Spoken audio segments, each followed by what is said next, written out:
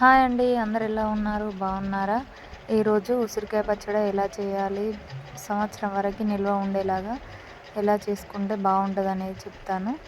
First ఉసిరికాయల్ని నూనెలో వేయించుకోవాలండి. మనకి మంచిగా ఉండాలంటే పల్లీల నూనెలో వేయించుకోవాలి. అలాగే జీలకర్ర, ఆవాలు అవన్నీ కలిపి మిక్సీ పట్టుకోవాలి.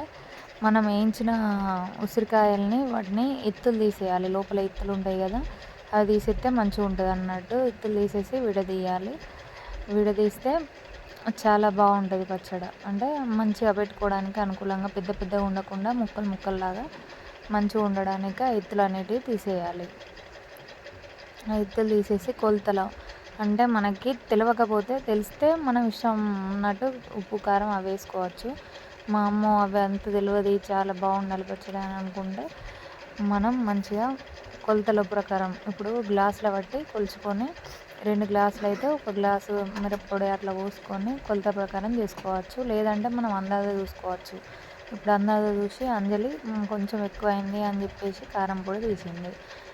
కారం పొడి, ఉప్పు, అది చింతపండు నానబెట్టుకొని ఉంచుకోవాలండి ముందే. నానబెట్టిన చింతపండు అవి అన్నీ మిక్సీ వేసి మనం కాల్చిన వక్కలకి పట్టించాలి. పట్టించి మంచిగా సమపాలలో అన్నిటికీ అందేలా మంచిగా కలపాలి. కలిపితేనే ఆ పచ్చడి అనేది మంచి టేస్ట్ వస్తుంది. ఎంత మంచిగా కలిపితే అంత మంచి టేస్ట్ వస్తుందండి. ఉప్పు, కారం, ఆవపొడి అంటే చెప్పినాం కదా, ఆవపొడి, పల్లి నూనె, కాయిన నూనె. ఇప్పుడు మనం ఇవి కాయలు వేయించినాం కదా, అదే నూనెని తీసుకోవాలి. కాయలు వేయించిన నూనెని తీసుకొని కలిపి సరిపడా మంచిగా ఆ వక్కకి పట్టేలాగా కలిపి పెట్టుకొని తర్వాత తాలింపు వేసుకోవాలండి. తాలింపు వేసేటప్పుడు కళ్యామాకు, ఆవాలు, జీలకర్ర, ఎల్లుల్లి, ఎండుమిర్చి వేస్తే ఇంకా టేస్ట్ బాగా వస్తుందండి. ఎండుమిర్చి వేసినా వేయకపోయినా పర్లేదు, కానీ ఎండుమిర్చి వేస్తే టేస్ట్ అనేది వేరేలాగా ఉంటుంది. ఇట్లా చూడంగానే నోరూరి అబ్బా తినాలి అనిపించే విధంగా ఉండాలంటే ఎండుమిర్చి వేసుకోవాలి. ఎండుమిర్చి చాలా బాగుంటుందండి. ఇప్పుడు కాగిన నూనె, నా నూనె ఉందా, మళ్ళీ కొంచెం కాచి అందులో ఎండుమిర్చి, ఆవాలు, జీలకర్ర, ఎల్లిపాయలు అంటే ఎల్లిపాయలకు వాటికి అవే కొన్ని వేయాలి. కొన్నినేమో దంచి వేయాలి. దంచి వేస్తే ఆ ఫ్లేవర్ అనేది కొంచెం ఎర్రబడే వరకు, అంటే మనం దంచేసిన ఎల్లిపాయలు, ఈ పట్టి వేసిన ఎల్లిపాయలు ఇవి ఉన్నాయి కదా, అవి కొంచెం ఫ్లేవర్ రెడ్గా అయ్యేరాక సిమ్లో ఉంచి కలుపుకోవాలి. మనకి ఈ పోపు ఎంత టేస్టీగా వస్తే పచ్చడి అంత టేస్టీగా ఉంటుందని ఒకటి గుర్తుపెట్టుకోవాలి. కళ్యామాకు, ఎండుమిర్చి, ఆవాలు అవన్నీ వేసి మంచిగా ఎర్రగా గోలే వరకు ఉంచి కాస్త పసుపు, కొంచెం ఏదైనా పోపు దినుసులు మనం ఇంట్లో వాడుకునే పోపు దినుసులు ఉంటే అవి కూడా వేసుకోవచ్చు. పసుపు వేస్తే కొంచెం ఎల్లో కలర్ వస్తుంది. పసుపు వేసుకోవచ్చు, వేసుకోకపోవచ్చు, అది మీ ఇష్టం.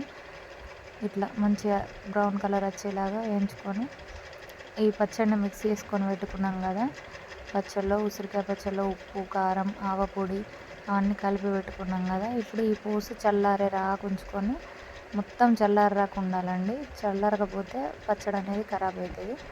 మొత్తం చల్లారిన తర్వాత ఈ మిక్స్ ఉన్నదా ఇప్పుడు మనం కలిపి పెట్టుకున్న పచ్చడిలో కలపాలి. అది మొత్తం ఇంకా చల్లారలేదని చూస్తున్నాం మేము. మొత్తం చల్లారాలి. మొత్తం గోరువెచ్చగా చల్లారేలాగా, గోరువెచ్చగా కూడా అవసరం లేదు, మొత్తం చల్లారే రాక మనం ఫ్యాన్ గాలికి పెట్టి కలుపుకొని మొత్తం చల్లారిన తర్వాత అప్పుడు ఆ పచ్చళ్ళలో వేసి మిక్స్ చేసుకోవాలి. ఇప్పుడు మనం పచ్చడి అది ఉప్పు కారం కలిపినప్పుడు ఎంత బాగా మిక్స్ చేసుకున్నామో ఈ పోపు వేసిన తర్వాత కూడా అంతే బాగా మిక్స్ చేసుకోవాలి. ఎంత బాగా మిక్స్ చేస్తే అంత టేస్టీగా ఉంటుందండి పచ్చడి.